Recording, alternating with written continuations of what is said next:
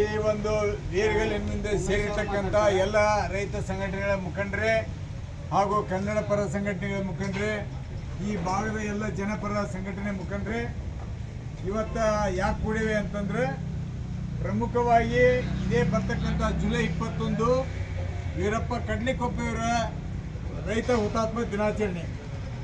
ಈಗಾಗಲೇ ಈ ಒಂದು ಹುತಾತ್ಮ ದಿನಾಚರಣೆ ಸಲುವಾಗಿ ಈ ಹಿಂದಿನ 2 ವರ್ಷದ ಹಿಂದೆ ಹೋರಾಟಗಳನ್ನು ಮಾಡಿ, ಉಪವಾಸ ಸತ್ಯಾಗ್ರಹ ಮಾಡಿ, ಸರ್ಕಾರಕ್ಕೆ ಹಾಗೂ ಈ ಭಾಗದ ಉಸ್ತುವಾರಿ ಸಚಿವರಿಗೆ ಇದೊಂದು ಸ್ಮಾರಕವನ್ನು ನಿರ್ಮಾಣ ಮಾಡಬೇಕಂತೇಳಿ ಭಾಳ ದೊಡ್ಡ ಪ್ರಮಾಣದ ಹೋರಾಟವನ್ನು ಮಾಡಲಾಗಿತ್ತು. ಅದೇ ರೀತಿ ಹೋದ ವರ್ಷ ಜುಲೈ 21ರಂದು ಆ ಒಂದು ಅಡಿಗಲ್ಲವನ್ನು ಕೂಡ ಮಾಡಲಾಗಿತ್ತು. ಆದರೆ ಇವತ್ತು ಮತ್ತೆ ಈ ಹುತಾತ್ಮ ದಿನಾಚರಣೆ ಬಂದರೂ ಕೂಡ ಈ ಇರ್ತಕ್ಕಂಥ ರೈತ ಹುತಾತ್ಮ ಯಾವುದೇ ಒಂದು ಕಾರ್ಯಕ್ರಮ ಜರುಗದೇ ಇರೋದ್ರಿಂದ ಇವತ್ತೇನು ಮಾನ್ಯ ತಹಸೀಲ್ದಾರ್ ಆಫೀಸ್ನಲ್ಲಿ ಒಂದು ಸಭೆಯನ್ನು ಕರೆದಿದ್ರು, ಪೂರ್ವಭಾವಿ ಸಭೆ. ಆ ಸಭೆಯಲ್ಲಿ ಭಾಳ ಎಲ್ಲ ಸೇರಿರ್ತಕ್ಕಂಥ ರೈತರು ಅಧಿಕಾರಿಗಳಿಗೆ ಒಂದು ಸ್ಪಷ್ಟ ಒಂದು ನಿರ್ದೇಶನವನ್ನು ಕೊಡಲಾಗಿದೆ.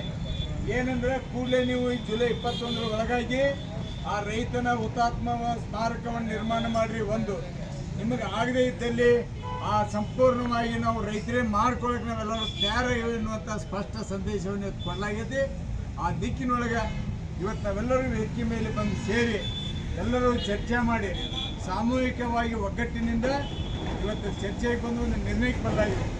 ಏನಂದರೆ, ಈ ಒಂದು ವೀರಪ್ಪ ಕಡ್ಲಿಕೊಪ್ಪ ಅವರ ಸ್ಮಾರಕವನ್ನು ಯಾರದೇ ಹಂಗಿರಲಾರ್ದೆ ಒಂದು ಸಾಮೂಹಿಕ ಈ ನಾಡಿನ ಪ್ರತಿಯೊಬ್ಬ ನಾಗರಿಕನೂ ಕೂಡ ತಮ್ಮ ಒಂದು ದೇಣಿಗೆ ಹಣದ ಮೂಲಕ ಯಾವುದೇ ರಾಜಕೀಯ ಶಕ್ತಿಗಳಿಗೆ ಬಿಟ್ಟುಕೊಡೋದಿಲ್ಲ, ನಾವೇ ಸ್ವತಂತ್ರವಾಗಿ ನಮ್ಮ ಕೈಲಾದ ದೇಣಿಗೆಯನ್ನು ಹಾಕಿ ಅದನ್ನು ಒಂದು ನಮ್ಮೆಲ್ಲರ ಸ್ವಾಭಿಮಾನದ ಸ್ಮಾರಕವನ್ನು ನಿರ್ಮಾಣ ಮಾಡೋಣ ಅನ್ನುವಂಥ ಒಂದು ತೀರ್ಮಾನ ಕೈಗೊಳ್ಳಲಾಗಿದೆ.